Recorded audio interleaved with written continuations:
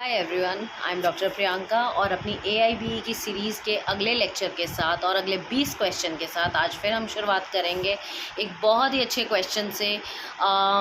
जब हमारा पहला क्वेश्चन जो है वो है, who was the chief justice of India when the concept of public interest litigation was introduced to Indian judicial system.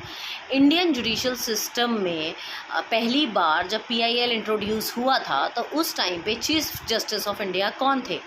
M Hidayatullah, AS Anand, AM Ahmadi, PN Bhagwati. तो उस टाइम पे हमारे जो CJI थे वो थे PN भगवती। ये आपको जनरल नॉलेज के लिए भी अपना याद रखना है क्वेश्चन। जो भी बच्चे स्टेट जुडिशरी या किसी और एग्ज़ाम के लिए तैयारी कर रहे हैं उनके लिए भी क्वेश्चंस बहुत ज़्यादा इंपॉर्टेंट है। Next question is, under section 118 of Indian Evidence Act, a person is competent witness if he or she section 118 में, जो इंडियन एविडेंस एक्ट का सेक्शन 118 है, उसमें एक इंसान कॉम्पिटेंट विटनेस समझा जाता है कब?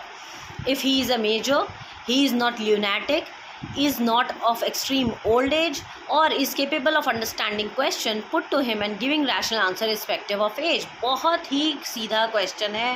एक इंसान को तब competent witness समझा जाता है अगर उसके अंडरस्टैंडिंग द क्वेश्चन की कैपेबिलिटी सही है और वो सही आंसर दे रहा है, रैशनल आंसर दे रहा है, इरिस्पेक्टिव वो 18 साल का है या नहीं है, doesn't matter, only matters what कि वो अंडरस्टैंडिंग कितनी रखता है। Next question, which of the following judgement is irrelevant under section 43 of Indian evidence act. Section 43 of Indian evidence act में इनमें से कौन सी जजमेंट इररिलेवेंट है?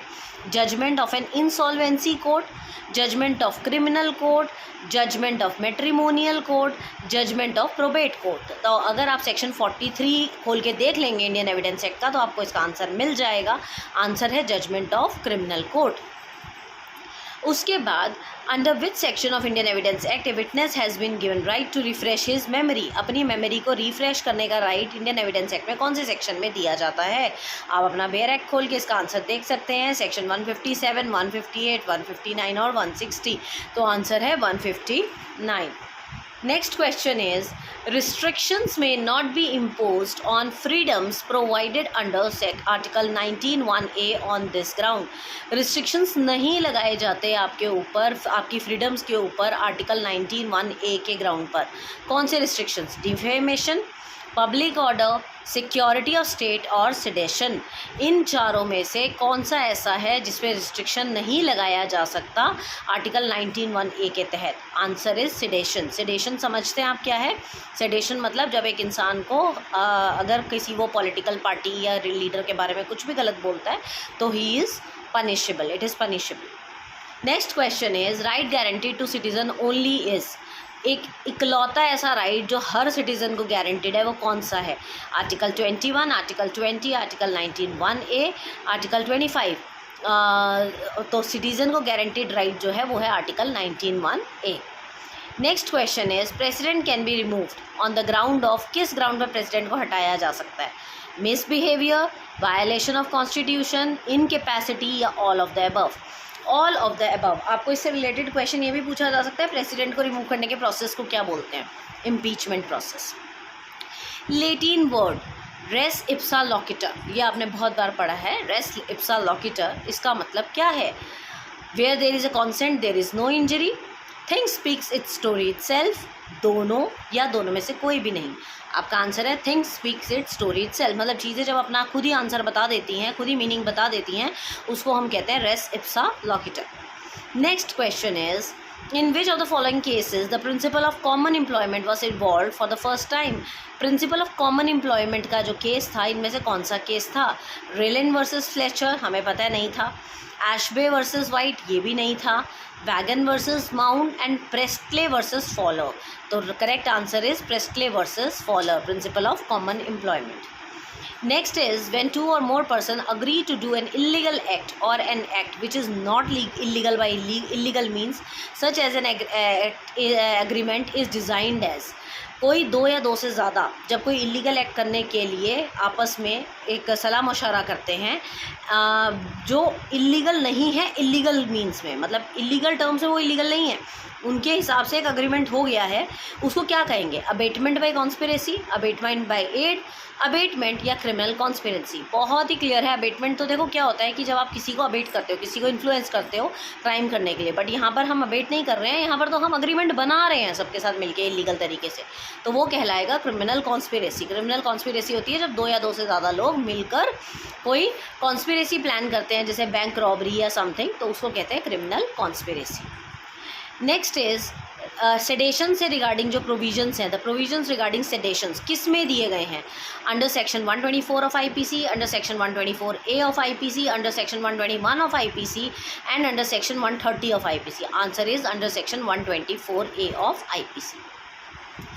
Delegated legislation was declared constitutional in, delegated legislation जो होता है उसको कॉन्स्टिट्यूशनल करार दिया गया कौन से केस में?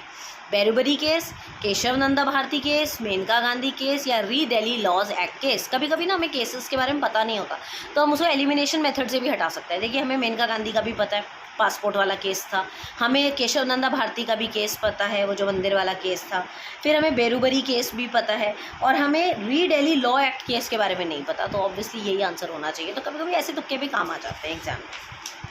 Next question is, a prospectus which does not include complete particulars of quantum or price of securities included therein is known as, ऐसा prospectus जिसमें सारी चीज़ें ना दी गई हों, सारी चीज़ें included ना हो, जैसे quantum या price of security, ऐसे prospectus को क्या कहा जाता है? Memorandum, issuing house, shelf prospectus या रेड हायरिंग प्रोस्पेक्टस। तो ये एक नई टर्म है आपके लिए। रेड हायरिंग प्रोस्पेक्टस एक ऐसा प्रोस्पेक्टस होता है जिसमें सारी इन्फॉर्मेशन प्राइजेज और क्वांटम को लेके नहीं गिवन होती। Next question is, when there is no profit in 1 year और profit of a company is not enough to pay the fixed dividend on preference share, the arrears of the dividend are to be carried forward and paid before a dividend is paid on the ordinary shares. This is called, जब आपको profit नहीं हुआ, आपकी company को profit नहीं हुआ, या आपकी कंपनी इस लायक नहीं है भी कि आप डिविडेंड दे सके अपने शेयर होल्डर्स को। Dividend is share of profit, अपने प्रेफरेंस शेयर्स को होल्डर्स को नहीं दे पा रहे हैं, तो जो एरियर्स होते हैं, मतलब ये जो जमा राशि होती है, उनके हिस्से का जो प्रॉफिट होता है वो आगे कैरी फॉरवर्ड कर दिया जाता है, and paid before a dividend is paid on ordinary share, और ऑर्डिनरी शेयर के डिविडेंड पे करने से पहले इनको दिया जाएगा क्योंकि प्रेफरेंस शेयर होल्डर्स है वो। तो ऐसे डिविडेंड को क्या कहा, ऐसे प्रोसेस को या ऐसे शेयर्स को क्या कहा जाता है? Participating preference share, cumulative preference share, non cumulative preference share या non participating preference share. Answer खुद इसके ऑप्शंस में है, क्यूमुलेटिव प्रेफरेंस शेयर। क्यूमुलेटिव का मतलब क्या होता है? जो जुड़ता रहता है, जैसे 3, 3 + 7 10, 10 + 4 14, लाइक दिस। तो पिछले साल का इस साल में जुड़ गया, इस साल का भी अगले साल में जुड़ जाएगा, तो इसको कहा जाएगा cumulative preference share. Next question, industrial dispute means any dispute और डिफरेंस बिटवीन। इंडस्ट्रियल डिस्प्यूट का मतलब होता है कोई भी डिस्प्यूट किसके बीच में? Employers and workman, workman, master worker. Options क्या हैं हमारे पास? पहला दूसरा ठीक है, खाली चौथा ठीक है, पहला दूसरा तीसरा चौथा चारों ठीक है, या पहला दूसरा तीसरा ठीक है। हमने एक इंडस्ट्रियल डिस्प्यूट की डेफिनेशन में कई बार पढ़ा है कि डिस्प्यूट वही होता है इंडस्ट्रियल डिस्प्यूट जो 2 वर्कर्स के बीच में हो जाए, वर्कर मालिक के बीच में हो जाए, या वर्कर के बीच में हो जाए। तो ऐसे में आपको इन तीनों को नाम लिखना है। मास्टर वर्कर का डिस्प्यूट इंडस्ट्रियल डिस्प्यूट नहीं कहलाता है। नेक्स्ट क्वेश्चन, अ डम विटनेस, एक गूंगा जो विटनेस है वो अपना विटनेस अगर अपनी जो गवाही है अगर वो रिटन में देता है किसी भी कोर्ट में, तो उसको क्या बोलेंगे? Oral evidence, primary evidence, secondary evidence या डॉक्यूमेंट्री एविडेंस। तो इसको कहा जाएगा ओरल एविडेंस, क्योंकि वैसे तो ओरल एविडेंस बोले जाने वाले को बोला जाता है, मगर खाली हम यहाँ पर इसको ओरल क्यों बोल रहे हैं? क्योंकि वो बोल सकता नहीं है, इस वजह से हम इसको ओरल विटनेस बोल देते हैं। Next question, under Indian evidence act which of the following is not a court. Indian evidence act के तहत इनमें से कौन सी कोर्ट नहीं है? Persons legally authorise to take evidence, जजेस, मैजिस्ट्रेट्स एंड आर्बिट्रेटर्स। तो we all know that arbitrators की कोर्ट नहीं होती है। Next question, which of the following section of motor vehicle act 1988 defines the term owner. इनमें से ओनर कौन define करता है? Section 230, section 225, section 2 subsection 31, section 2 subsection 32। हमारा आंसर है section 2 subsection 30। Next question, under land acquisition act 1894 the expression company means, company का मतलब क्या होता है?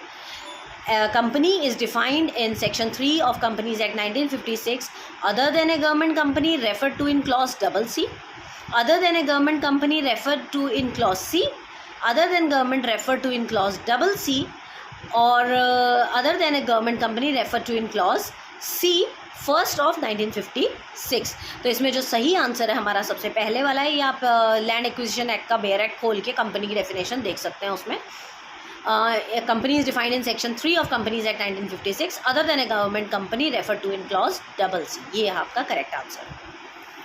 A person entitled to the possession of specific immovable property may recover in the manner provided by, एक इंसान जो entitled है किसी possession को लेके specific immovable property में, वो recover कर सकता है किस में?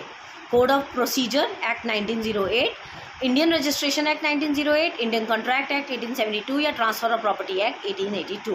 वो कर सकता है कोड ऑफ प्रोसीजर एक्ट 1908 के तहत। Next question is section 39 of specific relief act deals with, आप बेयर एक्ट खोले, इसका आंसर देखिए। इसका क्वेश्चन ऑप्शन है registration of instrument, cancellation of instrument, correctness of instrument, या इनमें से कोई नहीं। तो इसका सही आंसर है इनमें से कोई भी नहीं, इसका आंसर है। Section 19 of Hindu adoption and maintenance act 1956 provide करता है मेंटेनेंस किसके लिए? सेक्शन 19 में किसको मेंटेनेंस मिलती है? वाइफ को, पेरेंट्स को, विदाउट डॉटर इन लॉ को, या चिल्ड्रन को? आपको Hindu maintenance and adoption act का बेयर एक्ट खोलना है, सेक्शन 19 देखना है, विदाउट डॉटर इन लॉ को यहाँ पर मिलता है। Next is strike should be called only if at least, strike तभी की जा सकती है अगर dash percentage of workers are in support of strike, इतने परसेंट वर्कर्स स्ट्राइक में फेवर करेंगे। कितने? 10, 20, 15, 25। आंसर है 15 वर्कर अगर आपकी स्ट्राइक को फेवर करते हैं तो ये कंपनी में स्ट्राइक हो सकती है, वरना नहीं हो सकती। Next, industrial relations cover the following areas. Industrial relations जो होते हैं वो किस किस को कवर करते हैं? Collective bargaining, labour legislation, industrial relations training, या ट्रेड यूनियंस। इन चारों में से जो इंडस्ट्रियल रिलेशंस हैं वो कलेक्टिव बार्गेनिंग को फेवर करते हैं, कवर करते हैं, लेबर लेजिस्लेशन को करते हैं, इंडस्ट्रियल रिलेशन ट्रेनिंग को करते हैं। ये ट्रेड यूनियंस को नहीं कवर करते। Next question is who among the following can not transfer N immovable property. इनमें से इमूवेबल प्रॉपर्टी कौन ट्रांसफर नहीं कर सकता? कर्ता, natural guardian of minor, Muslim window, या हिंदू विडो। जो मुस्लिम विडो होती है वो आपकी प्रॉपर्टी, इमूवेबल प्रॉपर्टी को ट्रांसफ़र नहीं कर सकती है। The term suit of civil nature का क्या मतलब है? What is the meaning of term suit of civil nature? Private rights and obligations of a citizen, political, social and religious question, suit in which principal question relate to caste और religion, या सारे। तो यहाँ suit of civil nature कहा गया है private rights को and obligations of citizens को। नेक्स्ट क्वेश्चन है आपका, parliament in exercise of its power to amend under article 368 में नॉट अमेंड। पार्लियामेंट के पास अमेंडमेंट करने की पावर है आर्टिकल 368 के तहत, बट वो क्या अमेंड नहीं कर सकती? Very important question. Preamble amend नहीं कर सकती, फंडामेंटल राइट अमेंड नहीं कर सकती, सुप्रीम कोर्ट अमेंड नहीं कर सकती, या बेसिक स्टेटमेंट। तो किसको अमेंड नहीं कर सकते? बेसिक स्टेटमेंट को अमेंडमेंट नहीं कर सकते। बेसिक स्टेटमेंट जो बेसिक स्ट्रक्चर लॉ जो हमारा था वो क्या कहता है, जो आपकी डॉक्ट्रिन ऑफ बेसिक स्ट्रक्चर है वो क्या कहता है कि you can change anything, parliament has right to change anything but they can not change the basic structure of the constitution. आप सब कुछ देखो, प्रीएम्बल भी चेंज हुआ है, ठीक है, अंदर भी बहुत सारी अमेंडमेंट्स हुई हैं, मोर देन 100 अमेंडमेंट्स हुई हैं, but you can not change the basic structure of the constitution. ये बहुत ही इंपॉर्टेंट डॉक्ट्रिन भी है।